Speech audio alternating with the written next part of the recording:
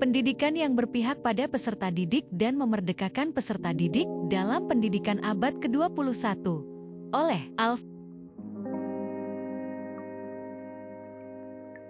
Materi: pendidikan yang berpihak pada peserta didik, tantangan, solusi, penerapan pemikiran kesimpulan.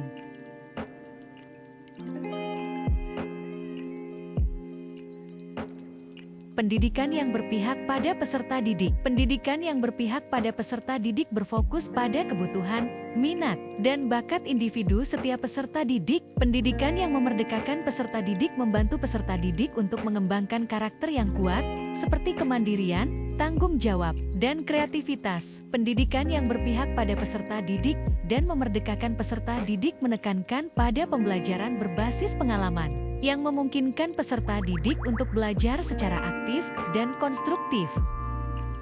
Tantangan penerapan pendidikan yang berpihak peserta didik dan memerdekakan peserta didik. Kurikulum yang kaku dan berfokus pada hafalan dapat menghambat penerapan pendidikan yang berpihak pada peserta didik dan memerdekakan peserta didik. Penilaian yang tradisional yang berfokus pada tes dan kuis dapat membuat siswa merasa tertekan dan tidak termotivasi untuk belajar. Kurangnya sumber daya, seperti guru yang terlatih dan materi pembelajaran yang berkualitas, dapat mempersulit penerapan pendidikan yang berpihak pada peserta didik dan memerdekakan peserta didik.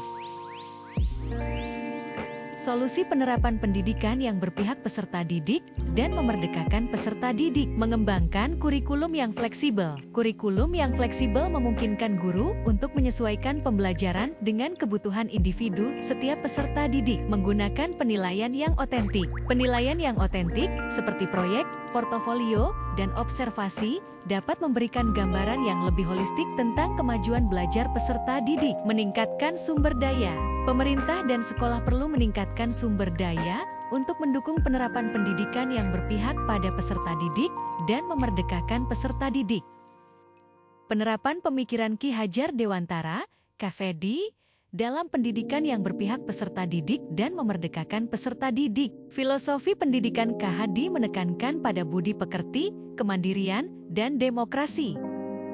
Penerapan pemikiran Ki Hajar Dewantara, KED, membuat pembelajaran yang berpusat pada peserta didik, memberikan kesempatan bagi peserta didik untuk belajar secara mandiri, menciptakan lingkungan belajar yang demokratis.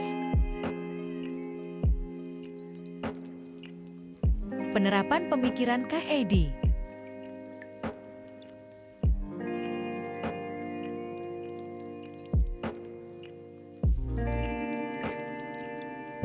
Belajar mandiri. Peserta didik dapat diberi kesempatan untuk belajar secara mandiri dengan mengerjakan proyek, portofolio, dan tugas penelitian.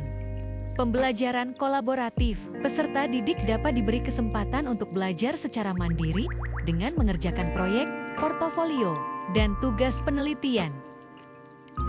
Pembelajaran berbasis proyek. Peserta didik dapat belajar dengan cara yang lebih menarik dan bermakna melalui pembelajaran berbasis proyek.